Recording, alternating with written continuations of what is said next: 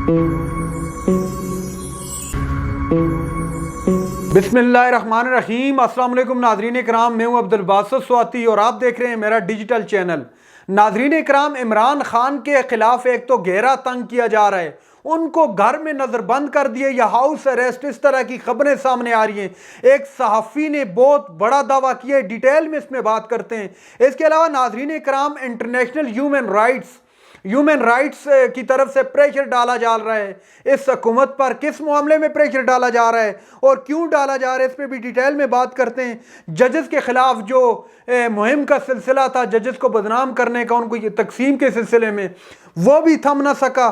اس میں بھی ایک چند اہم ڈیولپمنٹس ہوئی ہیں اور الزامات لگے ہیں، وہ بھی آپ کے سامنے رکھوں گا۔ اور سب سے اہم خبر وہ یہ کہ آرمی چیف صاحب نے ایک بہت بڑا بیان دیا ہے، وہ بیان بھی آپ کے سامنے رکھنا ہے۔ اور یہ ملک کے اندر جو حالیہ دہشت گردی سامنے آئی ہے، اس حوالے سے بھی ایک اہم ڈیولپمنٹ ہوئی ہے، یہ سارا آپ کے سامنے رکھنا ہے اس ویڈیو کے اندر۔ سب سے پہلے ناظرین اکرام بات کر لیتے ہیں فوجی عدالتوں کے سلسلے میں، جو سلسلہ چل پڑے۔ ہر زبان زدعام یہی گفتگو فرما رہی ہے کہ کیا فوجی عدالتوں کے اندر یہ معاملہ چلنا ہے یا نہیں چلنا۔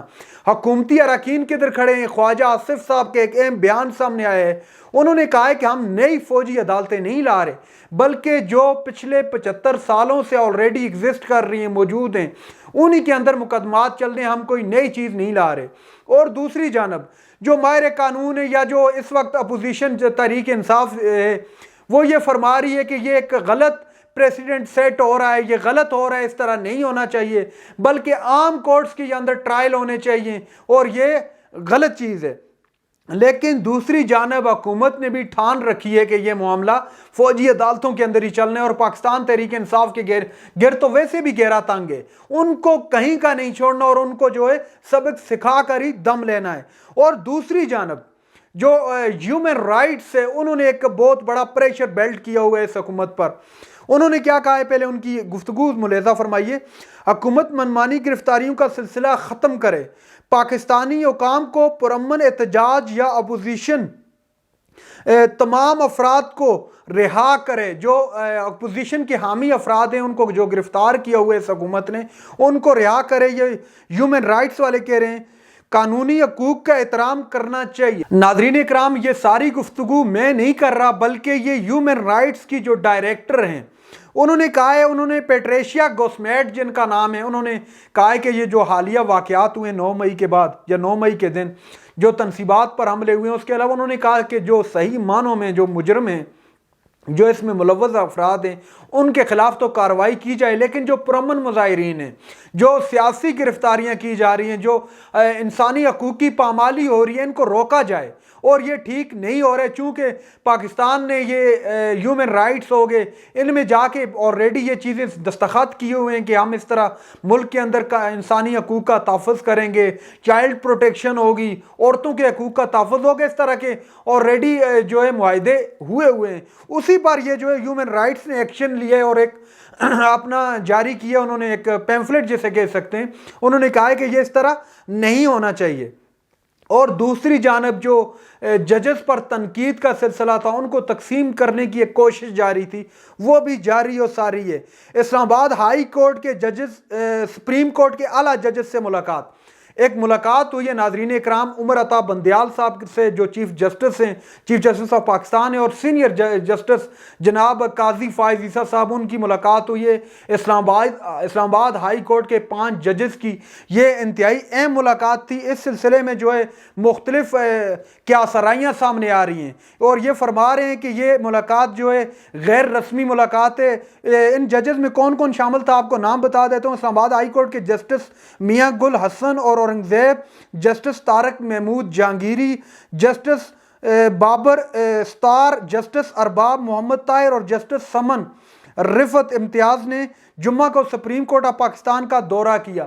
انہوں نے بیسیکلی یہ دورہ اس وجہ سے کیا تھا کہ ایک ہائی کورٹ کی تعمیر نو ہوئی ہے، اور اس سلسلے میں مدعو کرنا تھا عمر عطا بندیال صاحب کو اور جسٹس قاضی فائز عیسیٰ صاحب کو۔ اس سلسلے میں ان کی الگ الگ ملاقات ہوئی ہے، لیکن یہ قیاسرائیاں جنم لے رہی ہیں کہ یہ ملاقات جو ہے حالیہ فیصلوں کو لے کر کے، جو 9 مئی کے بعد عمران خان کی گرفتاری پر ایک فیصلہ سامنے آیا، پہلے اس کو جو ہے قانونی قرار دیا کہ یہ قانونی گرفتاری تھی، اس کے بعد سپریم کورٹ آف پاکستان نے اس پر ایکشن لیتے ہوئے کہا کہ یہ غیر قانونی گرفتاری تھی۔ اس کے علاوہ 10 مئی کو ایک فیصلہ جاری ہوا تھا، جسٹس محسن اختر کیانی صاحب نے یہ ایک عورت کو زبردستی اس کے ساتھ کوئی معاملہ تھا، اس سلسلے میں ایک حکم جاری کیا تھا، جو حکم مکمل نہیں تھا، انکمپلیٹ آرڈر جیسے کہتے ہیں، وہ جاری کیا تھا۔ اور اس کے بعد یہ کیا سرائیاں جنم لے رہی تھی کہ سپریم کورٹ آف پاکستان کی طرح لاہور اسلام آباد ہائی کورٹ بھی تقسیم ہے، اور یہ تقسیم واضح نظر آ رہی ہے۔ اس سلسلے میں یہ جب ملاقاتیں ہوئی ہیں تو یہ کیا سرائیاں مزید بڑھ گئی اور مزید جنم لینے لگ گئی ہیں، اور معاشی بحران سیاسی مایوسی کے ساتھ جڑا ہوا ہے۔ یہ ایک انٹرنیشنل سروے ہوا ہے، اس سروے کے مطابق جو پاکستان کے اندر مایوسی کا عالم ہے، جو پاکستان کے اندر اس وقت افلاس ہے، جو پاکستان کے اندر اس وقت غربت ہے، جو بے روزگاری ہے، یہ سارا معاملہ جوڑا جا رہا ہے کس سے؟ جو سیاسی عدم استحکام ہے اس سے جوڑا جا رہا ہے۔ اور 86% پاکستانی اس وقت یہ سوچ رہے ہیں، یہ سروے کی بات کر رہا ہوں، کہ پاکستان کے اندر کرپشن بہت زیادہ بڑھ چکی ہے اور بہت زیادہ پھیل چکی ہے۔ یہ سروے سامنے آیا ہے۔ دوسری جانب میں نے دہشت گردی کے حوالے سے آپ سے کہا تھا کہ دہشت گردی کے معاملے پر ایک بڑی اہم پیش رفت ہوئی ہے، وہ یہ کہ جو حالیہ دہشت گردی ہوئی، سراج الحق صاحب کے قافلے پر جو بمباری کی کوشش کی گئی، ان کی جان لینے کی کوشش کی گئی صوب کے اندر، اس معاملے میں جو دہشت گرد تھا اس کے جسم کے اعضاء کو اٹھا کر صوب کی ایک اسپتال ہے اس میں منتقل کر دیے گئے، اور اس کی شناخت ابھی تک نہیں ہو سکی۔ لیکن یہ جو دہشت گردی ہوئی تھی، اس معاملے پر FIR درج ہو چکی ہے، سراج الحق صاحب کی جو FIR تھی وہ FIR درج ہو چکی ہے۔ ناظرین اکرام، آرمی چیف صاحب کا ایک بہت بڑا بیان سامنے آیا، عاصم منیر صاحب کا۔ DG ISPR کے مطابق جنرل عاصم منیر صاحب نے کہا ہے کہ جو 9 مئی کے یہ جو حالیہ واقعات ہوئے ہیں، ان مقدمات کو جو ہے فوجی عدالتوں کے اندر ڈیل کیا جائے گا، اور قانون اور آئین کے مطابق جتنے بھی ملزمان ہیں ان کو قانون کے کٹہرے میں لایا جائے گا، اور ان کے خلاف بھرپور کارروائی عمل میں لائی جائے گی۔ جو ملزمان ہیں جنہوں نے یہ معاملات کیے ہیں، تنصیبات پر حملے کیے ہیں، کتنی مرتبہ پہلے بھی میں کنڈیمڈ کر چکا ہوں، یہ بالکل غلط کیا ہے جو ان لوگوں نے کیا، اور جو اس میں ملوث ہیں ان کے خلاف بالکل صحیح معنوں میں قانونی کارروائی عمل میں لائی جانی چاہیے، اور اس طرح کے واقعات تاکہ ان فیوچر نہ ہو سکیں۔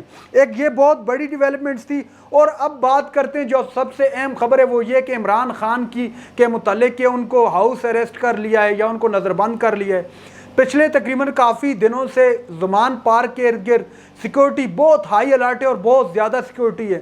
آج کے دن کی اگر بات کروں تو آج لاہور کے اندر زمان پارک کے ارد گرد بھی پولیس کی ایک بہت بڑی تعداد موجود ہے۔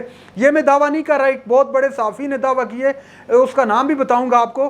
انہوں نے کہا ہے کہ زمان پارک کے اندر جو موجودہ اس وقت صورتحال ہے، عمران خان کو اگر کوئی شخص ملنے جاتا ہے تو اس کو بھی پوچھ کر پولیس سے پرمیشن لے کر الاؤ کیا جاتا ہے۔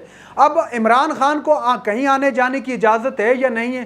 وہ تو بالکل ہے اجازت، ان کو اس طرح گرفتار نہیں کیا گیا، نہ ہی اس پر جو ہے کوئی قانونی نقطہ ہے یا کوئی اس طرح کا نوٹیفیکیشن جاری ہوا ہے یا پولیس نے کوئی اس طرح کا اقدام کیے، ہرگز نہیں۔ لیکن جو ان سے کوئی بھی شخص ملنے جا رہے، وہ تحریک انصاف کا کوئی بھی کارکن ہو، کوئی بھی رہنما ہو، تو پولیس سے اجازت لے کر عمران خان سے ملنے جاتا ہے۔